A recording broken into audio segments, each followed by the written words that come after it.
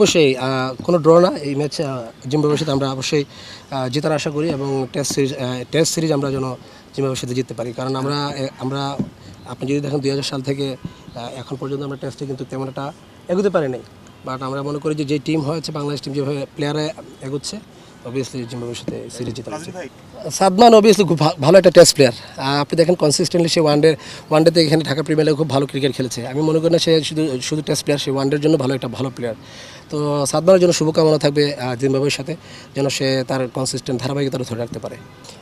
আমি কিন্তু সিলেকশনের আগের দিন আমি বলেছি যে অবভিয়াসলি সে ডিজার্ভ করে, বাট আপনি অমিতের জায়গাটা একটা দেখতে হবে যে ওই জায়গায় ডিজার্ভিং কোনো প্লেয়ার আছে কিনা। আপনি যদি দেখেন নাম্বার 3 থেকে এখানে মমিনুল খেলতেছে, ও পারফর্মার। আমার মনে হয় যে অবশ্যই সিলেক্টর ভালো চিন্তা ভাবনা করছে।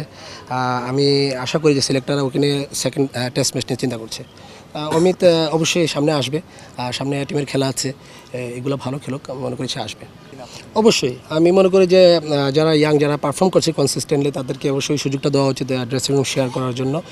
এবং আমি যতটুকু সিলেক্টরদের সাথে আলাপ করেছিলাম, তারা তাদেরকে নিয়ে চিন্তা ভাবনা করছে এবং আমি আশা করি যে হয়তো ফার্স্ট টেস্ট না হলেও অমিত হাসানকে সেকেন্ড টেস্ট নিয়ে তারা ড্রেসিং রুম অ্যাটলিস্ট শেয়ার করবে। এটা আসলে অনেক কঠিন, কারণ সিলেকশন কমিটিতে তো আসলে আমরা থাকি না, সিলেক্টররা সিলেক্ট করে দেয় এবং ওই প্লেয়ারদেরকে নিয়ে কাজ করতে হয়। অবশ্যই লিমিটেড নবীন প্লেয়ারই আমরা পাই।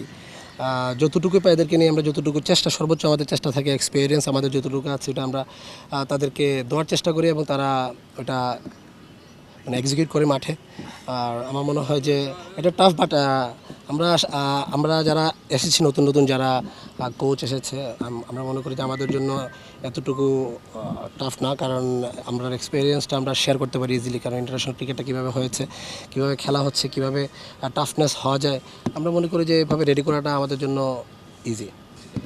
দেখেন T20 আর আপনি যদি ওয়ান ডে ধরেন তাহলে ডিফারেন্ট, বাট ওয়ান ডে আর যদি টেস্ট ধরেন ইটস লাইক এ সিমিলার, কারণ এটা 50-50-100 ওভারের খেলা।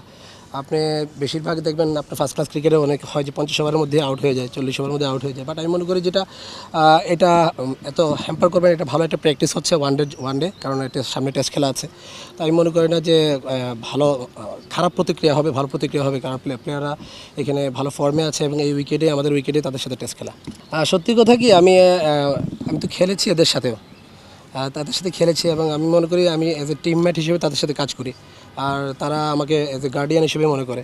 আমার মনে হয় যে আমার কাজটা ইজি, কারণ ড্রেসিং রুমটা যখন একদম পরিষ্কার থাকবে তখন কাজ করাটা ইজি হয়ে যায়। আর যে ছেলেরা আমাদের টিমে আছে আলহামদুলিল্লাহ অনেক ভালো, এবং ড্রেসিং রুমটা আমাদের অনেক শীতল।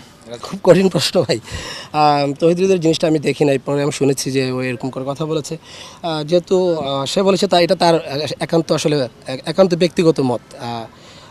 প্রত্যেকটা পার্সন প্রত্যেকটা তার রেসপেক্টেবল জায়গায় আছে, আমরা সম্মান করি প্রতিটা জায়গায় যে যারা যা কাজ করছে।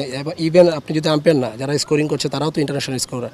তো আমরা রেসপেক্ট করি প্রত্যেকটা মানুষকে।